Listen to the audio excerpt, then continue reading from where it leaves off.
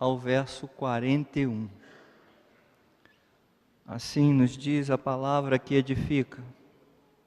Naquele dia, sendo já tarde, disse-lhe Jesus: passemos para outra margem. E eles, despedindo a multidão, o levaram assim como estava no barco, e outros barcos o seguiam. Ora, levantou-se grande temporal de vento, e as ondas se arremessavam contra o barco, de modo que o mesmo já estava a encher-se d'água. E Jesus estava na popa dormindo sobre o travesseiro. Eles o despertaram e disseram: Mestre, não te importa que pereçamos? E ele, despertando, repreendeu o vento e disse ao mar: acalma-te, emudece. O vento se aquietou e fez-se grande bonança. Então lhes disse: por que sois assim tímidos? Como é que não tendes fé? E eles, possuídos de grande temor, diziam uns aos outros: quem é esse que até o vento e o mar lhe obedecem? Falemos com Deus em oração. Pai, nós te agradecemos pela oportunidade de abrir a Tua Palavra, pela oportunidade de prestar esse culto em louvor e gratidão ao Teu santo nome. E te rogamos, Pai Celestial, que continue a nos abençoar, suprindo as nossas necessidades em Cristo Jesus.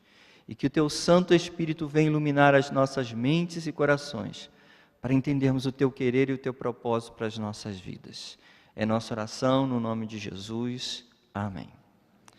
Queridos, todas as vezes que nós lemos esse texto, nós lembramos exatamente de algumas coisas relacionadas a problemas pessoais, né?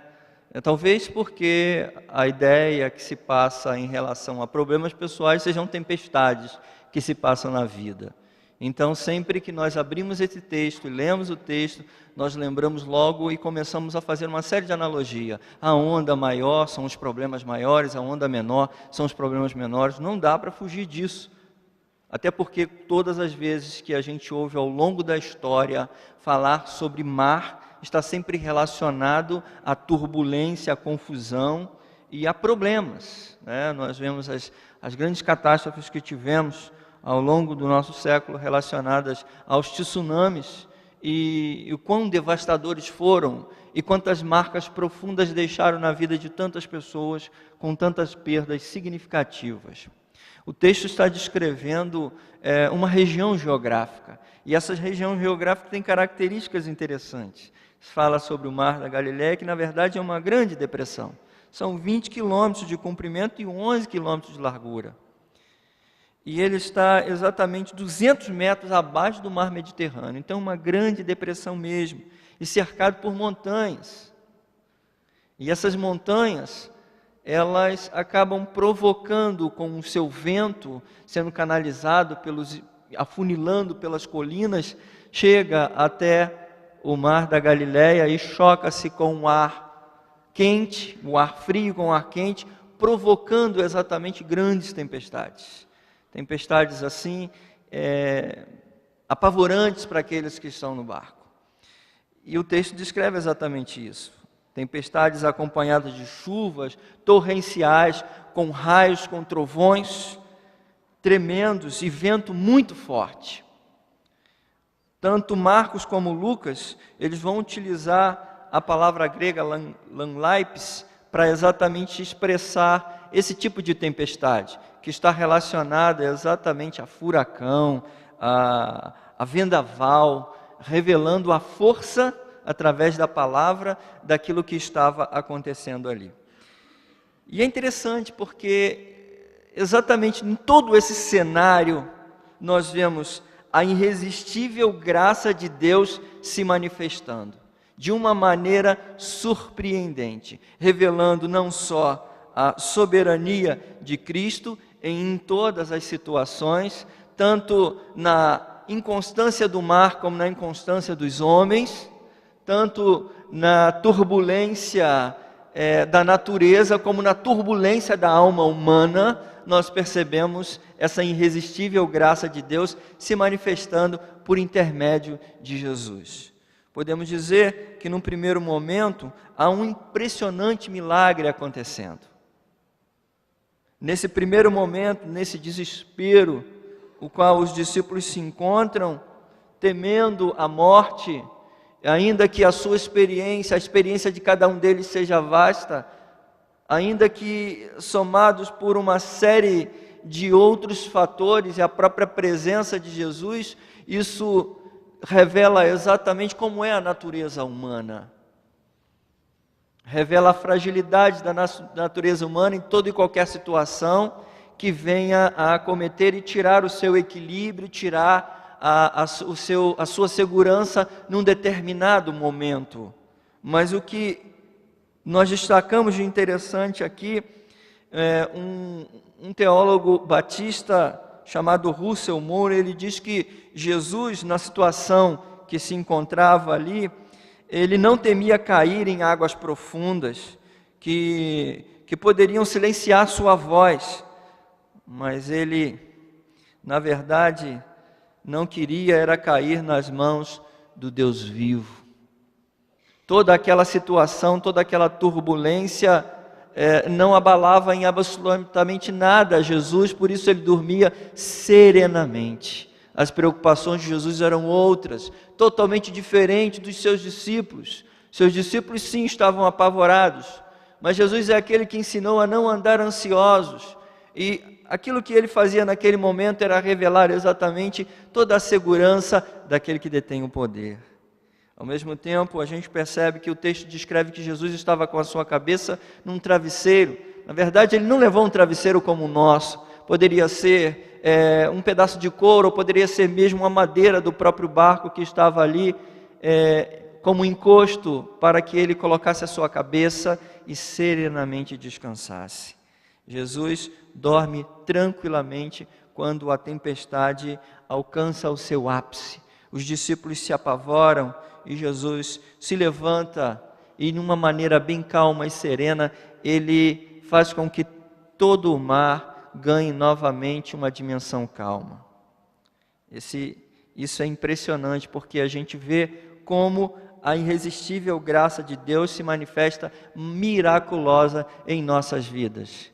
Miraculosa em uma série de situações onde a nossa ansiedade é tão grande, é tão desesperadora, ela ganha um volume tão grande como as ondas das grandes tempestades. E ela se manifesta em determinados momentos onde deveríamos lembrar das palavras de Jesus, de olhar os lírios do campo, de olhar as aves dos céus, de olhar que Deus tem o controle sobre todas as coisas, de olhar que mesmo que a crise financeira no nosso país seja avassaladora, como em outros países ainda maior, ou que esses protestos que nós temos visto e causando tantas destruições, olhar todo esse caos e ter a tranquilidade e a serenidade de ver a irresistível graça de Deus nos impulsionando para apresentar a sociedade em que vivemos, através do nosso testemunho, através da nossa identidade, através do nosso compromisso de falar das boas novas de salvação, que tudo isso pode ser acalmado, aquietado, porque o Senhor Jesus exerce um senhorio sobre todas as coisas que estão ao nosso redor. A palavra de Deus nos diz que os governos passam-se uma série de séculos, mas a palavra de Deus, ela permanece para sempre. E é uma palavra de vida. Então, a irresistível graça de Deus se manifesta miraculosamente em nossa vida. Mas também se manifesta amorosa. Jesus se dirige aos seus discípulos, chama atenção em relação à ausência de fé. E é interessante a maneira como Jesus se dirige a eles e pergunta, algumas traduções dizem, porque sois tímidos, onde está a vossa fé? E é interessante falar de fé na nossa sociedade hoje é falar sobre uma coisa relacionada à sua força de vontade, sua autoconfiança, e não é isso que a palavra de Deus está falando. Está falando da irresistível graça de Deus que se manifesta de uma maneira amorosa através da fé e fé salvadora em Cristo Jesus. Spurgeon vai dizer que nós precisamos de ventos e tempestades para exercitar nossa fé, para arrancar o ramo podre da autodependência e nos enraizar mais firmemente em Cristo. E é interessante a gente olhar nessa perspectiva, porque a graça irresistível de Deus vai nos arrancar de um lugar e nos colocar plantado em outro lugar. A graça irresistível de Deus vai ampliar a nossa visão e vai nos fazer enxergar coisas que nós não enxergamos. Vai nos fazer depender totalmente de Deus, confiar nele todas as nossas forças, ainda que diante de nós venham situações que nós achamos que não temos o controle e não temos mesmo. O nosso controle está nas mãos daquele que nos criou, daquele que nos salvou em Cristo Jesus, e assim deve ser sempre. Por isso, de uma maneira irresistível, a graça de Deus se manifesta, revelando a forma amorosa que o Senhor nos alcança, que cuida, que disciplina os nossos atos, os nossos passos, as nossas falas, através da obra extraordinária que Ele faz, por intermédio do Seu Santo Espírito, mudando o sentido da nossa vida e nos dando um conteúdo, nos dando um compromisso sincero diante dos homens e diante de toda e qualquer situação. Quando olhamos a graça irresistível de Deus se manifestando de forma amorosa, nós começamos a pensar assim: de que maneira nós respondemos a essa graça irresistível de Deus? De que maneira nós nos comportamos diante desse ato maravilhoso de Deus? Em terceiro lugar, há um efeito profundo que a graça irresistível de Deus manifesta em nossas vidas. E esse efeito a gente vê através dos próprios discípulos de Jesus, que começaram, se o medo deles antes era em relação ao vento e o mar, depois que Jesus acalma, eles têm um medo ainda maior. Quem é esse que até o vento e o mar? Eles estão apavorados, assombrados com a irresistível graça de Deus, que se manifesta em Cristo. Quem é esse que faz isso? Que cala o vento e o mar? Que cala algo que é sem controle? Jesus revela toda a autoridade daquele que estava presente na criação. Jesus revela a sua divindade. Se revela como a segunda pessoa da Trindade, como aquele que estava presente na criação. E acalma, chama a atenção amorosamente dos seus discípulos e revela para eles a profundidade do seu ministério, revela para eles a profundidade do seu poder. Max Lucado vai dizer que não é a ausência da tempestade que nos distingue, e sim quem descobrimos na tempestade: um Cristo imperturbado.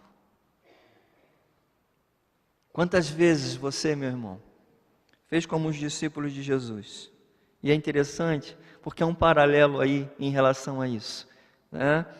É muito perigoso a gente olhar a vida como se a vida cristã fosse muito fácil, um mar de rosas assim. Às vezes as pessoas começam a pregar o evangelho de uma maneira equivocada, dizendo assim: olha, quando você aceita Jesus, Ele vai resolver todos os seus problemas, sua vida vai ser um mar de rosas. E a pessoa começa a passar por uma série de provações, e começa a achar que Deus não se faz presente na sua vida, porque ela aprendeu de uma maneira errada a fé em Cristo Jesus. Aquele que aceita Jesus como Senhor e Salvador é convidado a tomar a sua cruz, é convidado a seguir a Jesus, é convidado a seguir os passos de Jesus, é convidado a ser discípulos de Jesus. E ser discípulos de Jesus é palmilhar o caminho das dores, o Gólgota, é testemunhar ainda que morra, é não ter medo de falar da graça e do amor de Deus,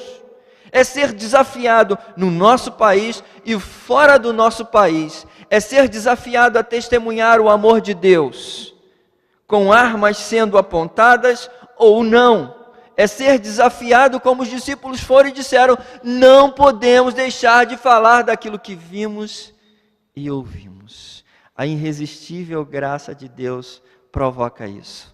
Mas sabe o que é interessante? Nesse texto que nós lemos, Jesus dormia e os seus discípulos gritavam. No Evangelho de Marcos, no capítulo 14, no verso 35 ao verso 41, quando Jesus gritou ao enfrentar a cruz, os seus discípulos dormiam.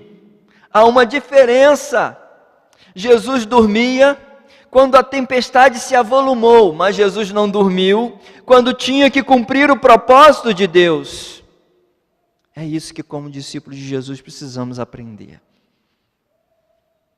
Jesus sabia que precisava cumprir o propósito de Deus.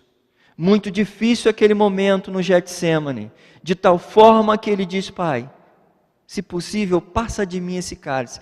Todavia, seja feita a tua vontade. E cumpriu a vontade de morte, de cruz. E os seus discípulos dormiam na hora que não podiam dormir. Jesus dormiu na hora que podia dormir.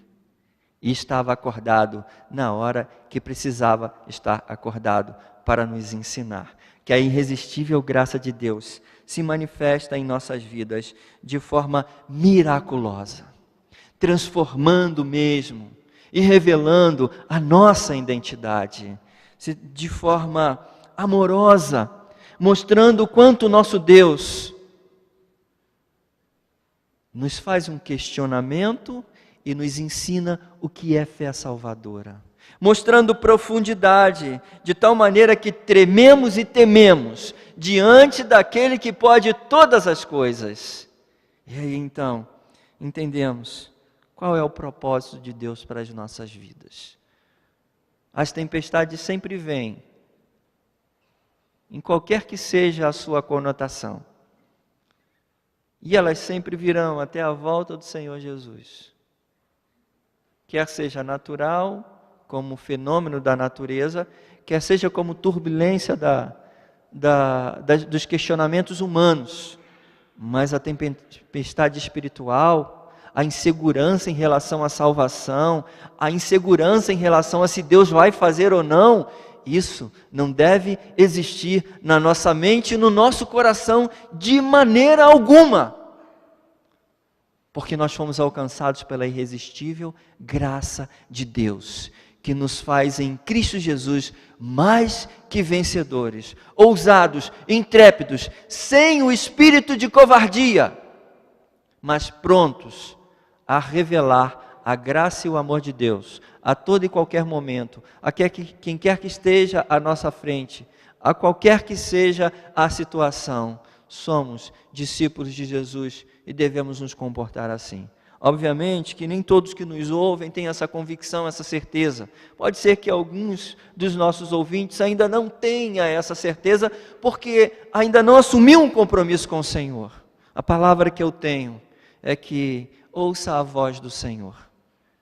Ouça o que o Senhor tem para falar para a sua vida. E deixe Ele acalmar, aquietar o seu coração. Se apresente diante dEle ao seu convite: vinde a mim todos que estáis cansados, oprimidos e sobrecarregados. E deixe Ele tomar o seu jugo. Deixe Ele apresentar na sua vida um caminho seguro. Experimente da paz que excede todo e qualquer entendimento. E aqueles que acham que pode todas as coisas e que o Senhor fica em segundo plano, vão naufragar na fé. Porque a nossa vida é vida depositada no altar de Deus sempre. Dependemos do Senhor.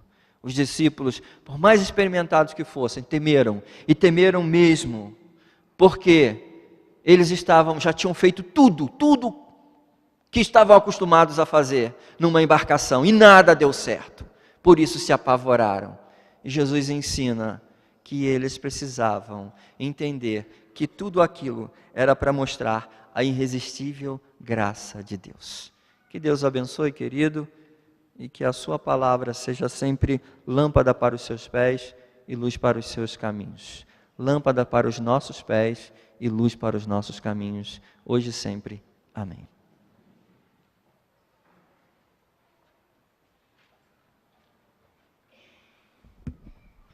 Irmãos, nós vamos encerrar o nosso culto com oração e a bênção.